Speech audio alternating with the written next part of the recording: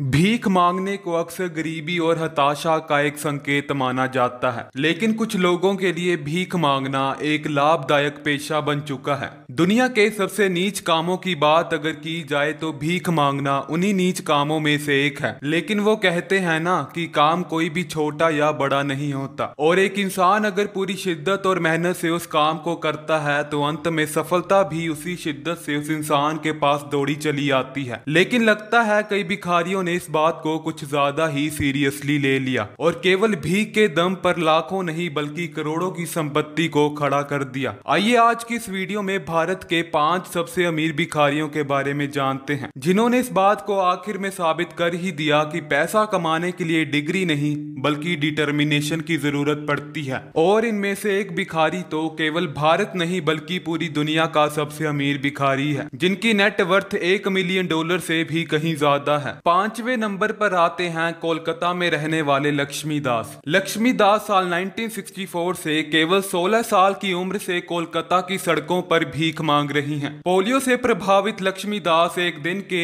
1000 रुपए तक कमा लेती हैं और केवल भीख के दम पर लक्ष्मी दास महीने के 30,000 रुपए से भी ज्यादा कमा लेती हैं। इतना ही नहीं, लक्ष्मी दास के बारे में यहाँ तक भी कहा जाता है कि इन्होंने कई बैंकों में सेविंग अकाउंट्स खुलवा रखे हैं, जिनमें इनकी लाखों रुपए की राशि मौजूद है। अपनी इसी खूबी के साथ लक्ष्मी दास भारत के टॉप 5 रिचेस्ट बैगर्स में 5वें स्थान पर गिनी जाती हैं। संभाजी काले शहर के जाने माने भिखारी और देश के सबसे अमीर लोगों में से एक संभाजी काले ने भीख मांगकर इतना पैसा कमाया है कि इनके पास महाराष्ट्र के सोलापुर में 1 BHK और 2 BHK के 2 अलग अलग घर मौजूद हैं। इतना ही नहीं, संभाजी काले ने महाराष्ट्र में एक फ्लैट और 7 एकड़ की जमीन तक खरीद रखी है। इसी के साथ इस शख्स द्वारा रियल एस्टेट में इन्वेस्टमेंट भी करी जाती है। संभाजी काले और उनके परिवार के सदस्य अक्सर मुंबई के खार इलाके में भीख मांगते हुए दिखाई देते हैं, जहां ये सभी तकरीबन 1500 से 2000 रुपए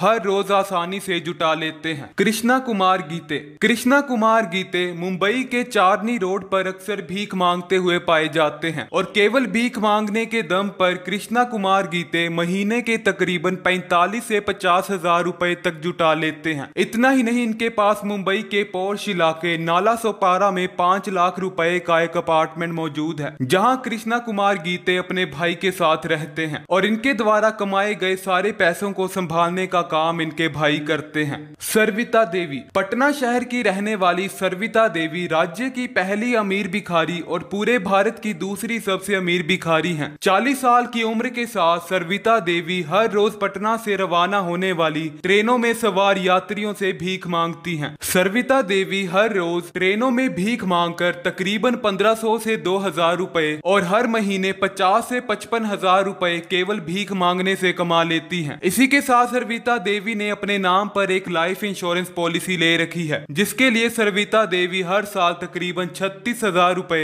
इंश्योरेंस प्रीमियम के तौर पर भरती हैं। पहले नंबर पर आते हैं भरत जैन, जो केवल भारत के ही नहीं बल्कि पूरी दुनिया के सबसे अमीर भिखारी हैं। इसी के साथ इनकी नेट वर्थ तकरीबन $1 मिलियन से भी कहीं ज्यादा है। पैसों और अमीरी के मामले में भरत जैन कई बड़े बड़े बिजनेसमैन को मात देते हैं, क्योंकि भरत जैन के नाम पर मुंबई में एक फ्लैट मौजूद है जिसकी कीमत तकरीबन 1 करोड़ 25 लाख रुपए बताई जाती है। इसी के साथ भरत जैन थाने में 2 दुकानों के मालिक हैं, जहां भरत जैन द्वारा हर महीने तकरीबन 30,000 रुपए किराए के तौर पर लिए जाते हैं। इसके अलावा भरत जैन ने मुंबई के परेल इलाके में 80 लाख रुपए का एक 1 BHK डुप्लेक्स खरीद रखा है, जहां वे अपने परिवार के साथ एक शान शौकत वाली जिंदगी जीते हैं। केवल भीख मांगने के दम पर करोड़ों की संपत्ति जुटाने वाले भरत जैन आज भी भीख मांगने का काम करते हैं। भरत जैन को मुंबई में शिवाजी महाराज टर्मिनस और आजाद मैदान के पास भीख मांगने के लिए जाना जाता है, जहां केवल भीख मांगने के दम पर भरत जैन एक महीने में 70 से 80 हजार रुपए आसानी से कमा लेते हैं।